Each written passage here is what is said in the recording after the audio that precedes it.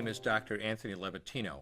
I'm a practicing obstetrician-gynecologist, and I performed over 1,200 abortions. Today I'm going to describe a first trimester medical abortion.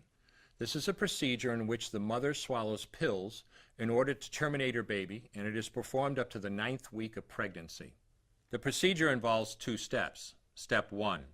At the abortion clinic or doctor's office, the woman takes pills which contain mifepristone, also called RU46. RU46 blocks the action of a hormone called progesterone. Progesterone is naturally produced in the mother's body to stabilize the lining of the uterus. When RU46 blocks progesterone, the lining of the mother's uterus breaks down, cutting off blood and nourishment to the baby, who then dies inside the mother's womb. It is important to note that even after it has been taken, it is possible to reverse the effects of RU46 and save the baby if progesterone is administered. The sooner, the better. Step 2. 24 to 48 hours after taking RU46, the woman takes misoprostol, also called Cytotec, that is administered either orally or vaginally. RU46 and misoprostol together cause severe cramping, contractions, and often heavy bleeding to force the dead baby out of the woman's uterus. The process can be very intense and painful, and the bleeding and contractions can last from a few hours to several days. While she could lose her baby anytime and anywhere during this process, the woman will often sit on a toilet as she prepares to expel the child, which she will then flush. She may even see her dead baby within the pregnancy sac.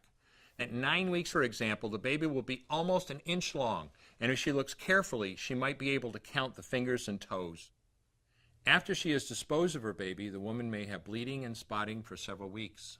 Bleeding lasts, on average, 9 to 16 days. 8% of women bleed more than 30 days, and 1% require hospitalization because of heavy bleeding. RU46 is only FDA approved for the first 7 weeks of pregnancy. While RU46 can be used off-label up to 9 weeks, the failure rate increases as the pregnancy progresses. At 7 weeks, it has a 5% failure rate. At 8 weeks, an 8% failure rate, and at 9 weeks, a 10% failure rate. If failure occurs, she will usually be offered a surgical abortion. For the mother, medical abortion often causes abdominal pain, nausea, vomiting, diarrhea, headache, and heavy bleeding.